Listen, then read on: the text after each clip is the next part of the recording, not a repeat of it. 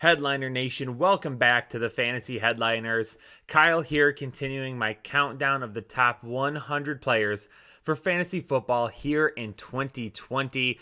And we're going to continue that countdown with numbers 50 through 26. And then in my last video of this segment, I'm going to be hitting numbers 25 through number 1.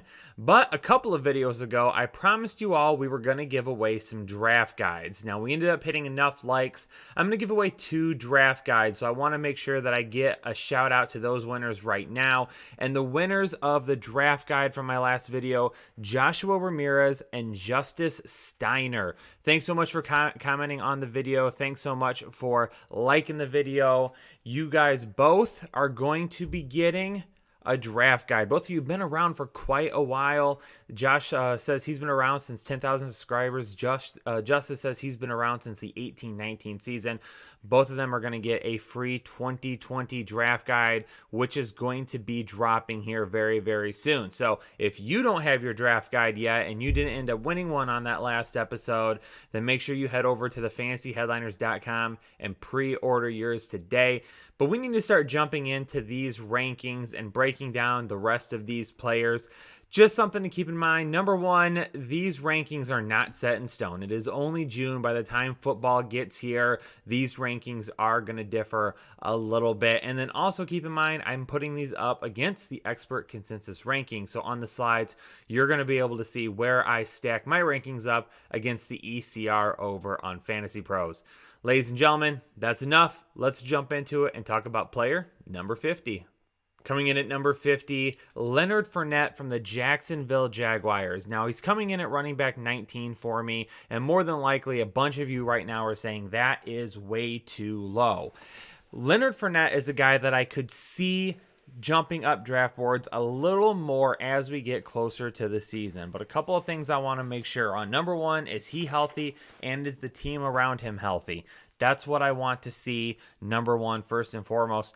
Number 2, though, Chris Thompson. He's going to be the X factor here. If Chris Thompson is healthy and ready to go, he could really end up cutting into Leonard Fournette's catches from last season. And that's where he made up a lot of the fantasy points from not scoring. Now, are we going to see some of that positive regression and see him jump back up towards maybe 6, 7, or 8 touchdowns? Yeah, absolutely, that could end up happening. But what if Gardner Minshew isn't what we saw last year in the limited time that we did see him on the field? What if he cannot move the ball down the field?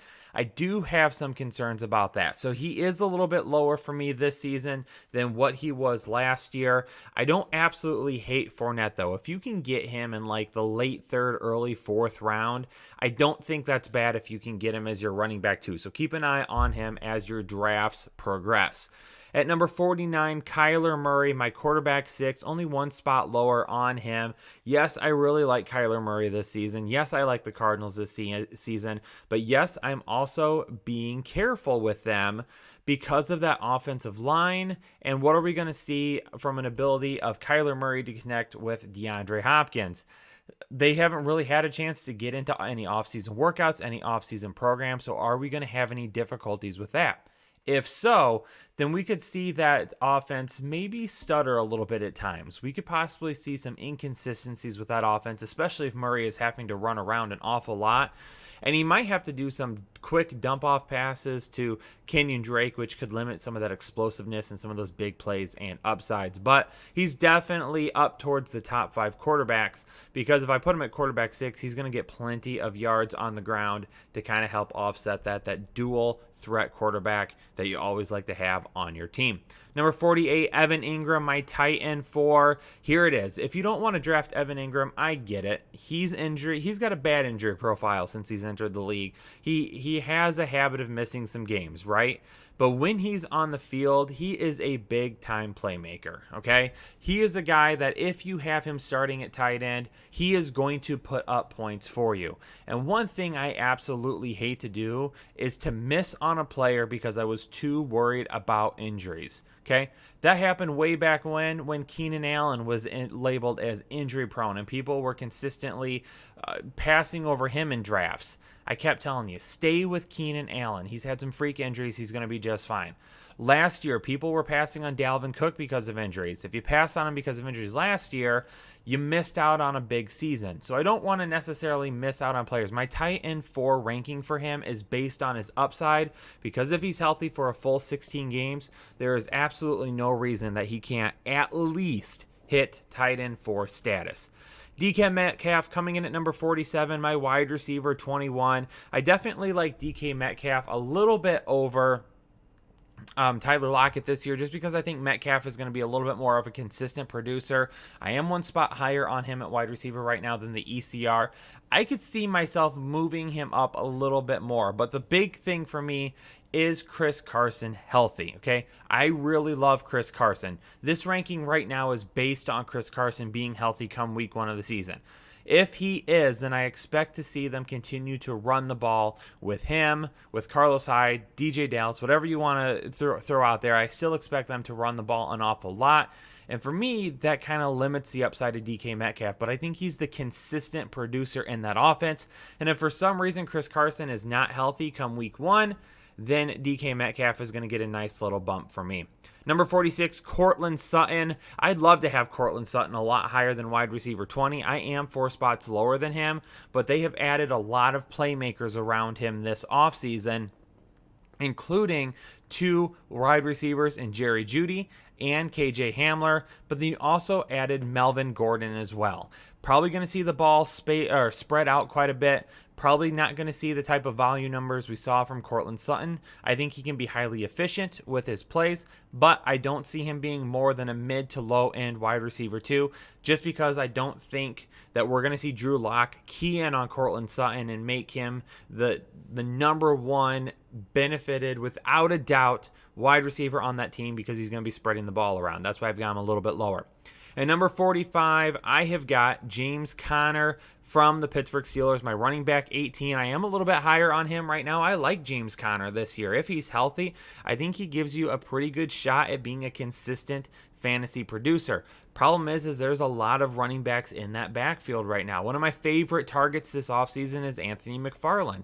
If James Conner goes down, I think Anthony McFarland is a guy that can absolutely step in and fulfill his duties in that role. Jalen Samuels is still there as well. So I don't see James Conner being a guy that's going to get as much of a workload as we've seen. And also because of who they have now at tight end with Vance McDonald and Eric Ebron, they've also got Deontay Johnson, who could end up breaking out, okay? And obviously Juju Smith-Schuster. I think they have a little bit more ability to spread the ball around this year. James Conner, for me, I like him. I just don't see the upside that we've seen from him in the past, but I think he is a safe bet as a running back 2 for you. At number 44, Josh Allen is my quarterback 5.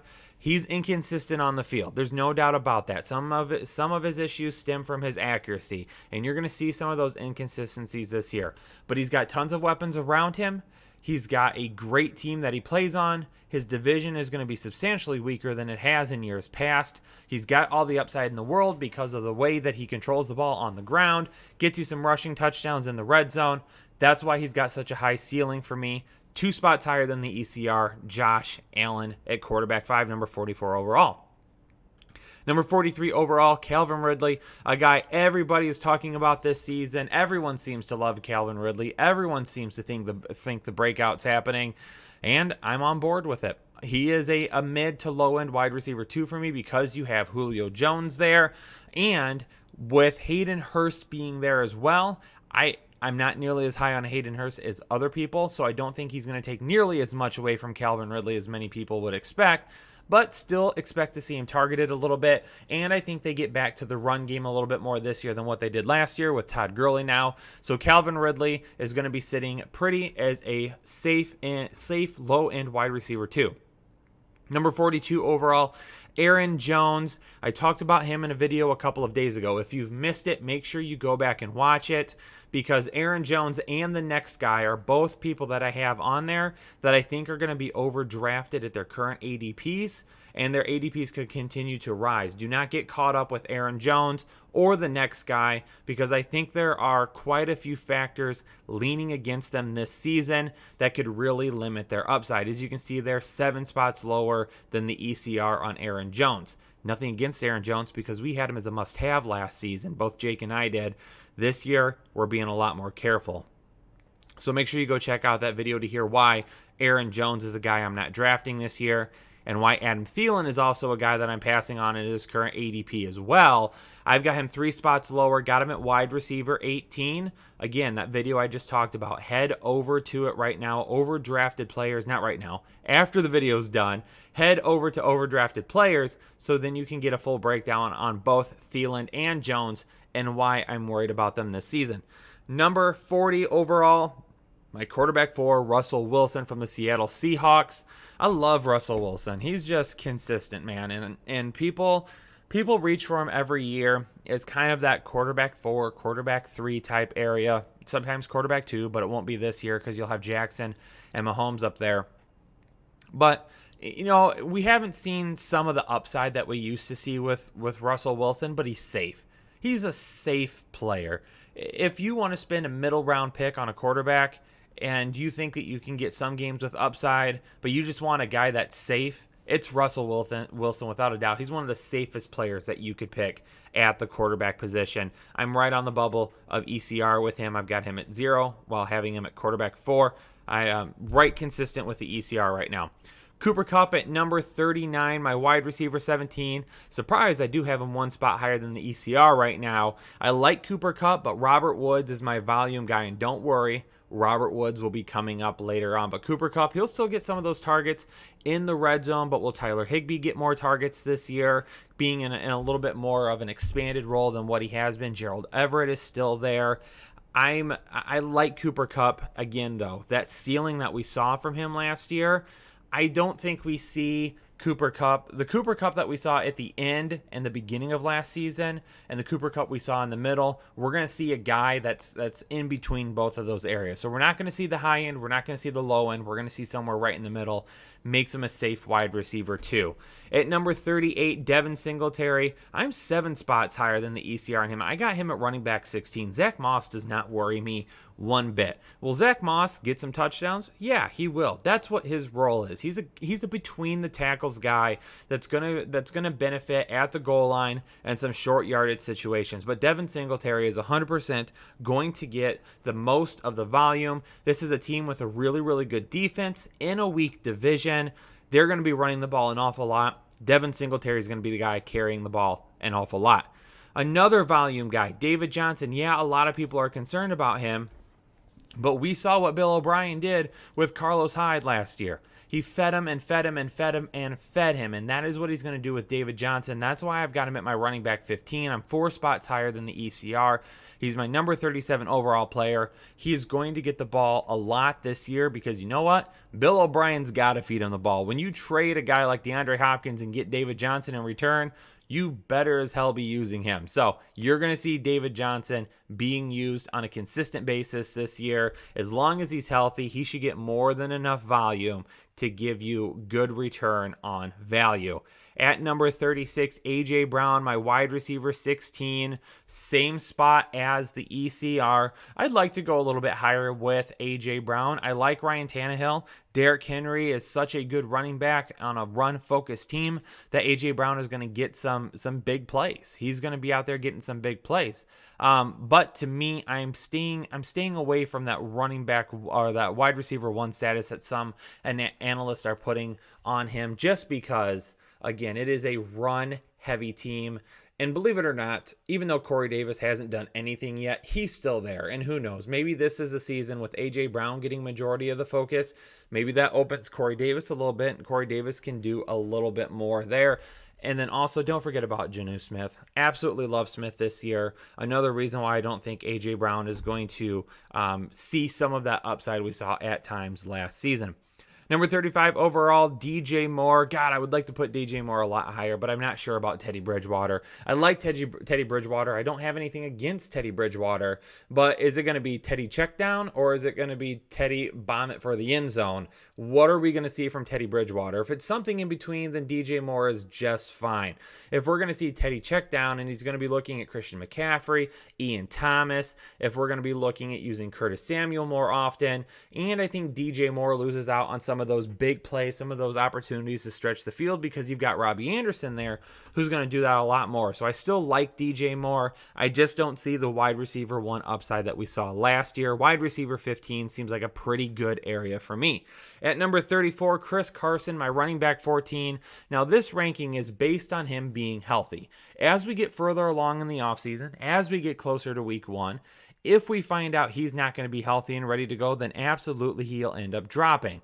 But if Chris Carson is healthy and on the field, he is one of the better running backs in football. He's on a run-heavy team. He's a guy that can make a lot of things happen running the football. The problem is he's just put the ball on the ground quite a bit. But if you can't fumble away a job to first-round pick Rashad Penny, then there's no way that you're fumbling away a job to free agent signing Carlos Hyde. So Carlos Hyde doesn't worry me too much. Is he going to see time on the field? Yeah, absolutely he will. But Chris Carson is still going to be the bona fide running back 1 in that offense and will be on the field a majority of the time.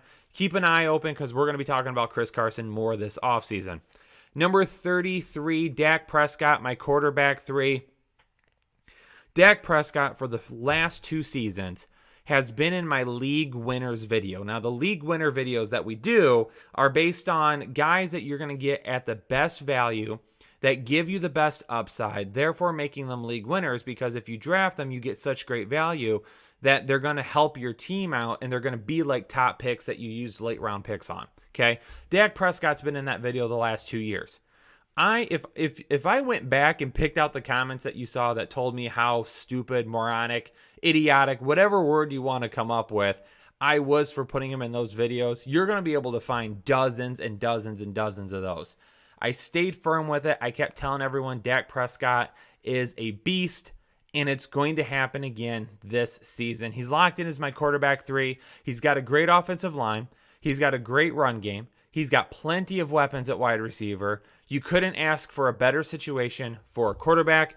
He is going to get paid. Don't worry about that. He's not holding out. He's going to be on the field for the Dallas Cowboys in week 1. Number 33 overall, my quarterback 3, Dak Prescott. Robert Woods, you're going to see his name come up more often this offseason too before it's all said and done. Right now, I'm 6 spots higher on the ECR I'm 6 spots higher than the ECR right now. I've got him as my wide receiver 14. By the time this is all said and done, I would not be surprised if you see Robert Woods inside my top 12 wide receiver rankings. That's how much I love Robert Woods this season. The guy is going to absolutely eat. Last season, the guy put together, last couple of seasons, he's been so good. He's so underrated. People overlook him. No more Brandon Cooks. Some more 2 tight end sets. You're going to have Todd Gurley away from the team now, so that's potentially more targets there that they used to pour towards Todd Gurley that they're not going to pour towards their running backs that Robert Woods could also end up taking. He is going to be the volume receiver in LA for me this year, and he's going to be the guy who, if he just keeps the same numbers as last year and adds 5 more touchdowns, he's a wide receiver 1. Trust me, we're going to talk more about Robert Woods as the season goes on and offseason goes on and do some deep diving videos. Number 31, Keenan Allen, my wide receiver 13. I am 10 spots higher than the ECR right now because I am not fading a guy that has been the bona fide wide receiver 1 on his team, a guy that has given you wide receiver 1 type production over the last 3 years. I am not going to get rid of that guy and push him all the way to the back just because of Tyrod Taylor, okay? I'm not going to do that. Yes, Tyrod Taylor maybe doesn't have the same upside as some other quarterbacks in the league, but do we honestly think he is that much worse than Phillip Rivers? Phillip Rivers was not that good last season. Do we think Justin Herbert is going to be worse than what Phillip Rivers was last season? I don't think so. I'm fine with Keenan Allen because Keenan Allen is still going to be the wide receiver 1 on that team. And the nice thing is he's got plenty of weapons around him to help take the pressure off. So it's not like he's getting a downgrade at quarterback and he's the only weapon in that offense. You've still got Hunter Henry. You still got Mike Williams. You still got Austin Eckler. You've still got plenty of guys around him to be able to take the pressure off, to keep double teams off of him. You get Keenan Allen the ball on some slant routes. Keenan Allen's going to get you plenty of yards after the catch. I am still taking him as my wide receiver 13 this year. I'm 10 spots higher on him. He's going to be a guy that's going to give you a ton of value on draft day. Number 30 overall, Allen Robinson, my wide receiver 12, 1 spot higher in the ECR. And Allen Robinson's the guy that's been a little bit up and down for me this season. I've had him back-end wide receiver 1, high-end wide receiver 2. It could be Nick Foles. It could be Mitchell Trubisky. But Allen Robinson had a good year last year with a crappy quarterback, okay? That doesn't happen a whole lot. Nick Foles could only end up being a step up from Mitchell Trubisky. So if Allen Robinson gets Nick Foles for an entire year, Allen Robinson should be a wide receiver 1. He is one of the more talented wide receivers in the league. Will this team end up going to a more run-heavy game? That's one thing I'm keeping an eye on. And then number 2, if they can get the run going, I think that helps a little bit as well. Last year, teams really didn't need to focus on didn't really need to focus on the run too much because of how ineffective it was. So if they can get the run game going with David Montgomery this year, then that makes Allen Robinson even more dangerous because teams will have to focus on the run game more than last season. At number 29, Juju Smith-Schuster, my wide receiver 11, 1 spot higher on him than the ECR. I like a bounce back season for him. Definitely think it's going to happen. Big Ben back under center. You've got wide receivers on the outside now that can help a little bit if they have that breakout. You've got a couple of tight ends now that can help out. Vance McDonald, Eric Ebron. I talked about them with James Conner. I see Juju Smith-Schuster hitting more or getting back to his former self a little bit this year. I don't necessarily think he's going to be a guy that offers you top in production every single week. I really think Juju Smith-Schuster could end up being an Amari Cooper-like player where he's got some boom or bust type weeks.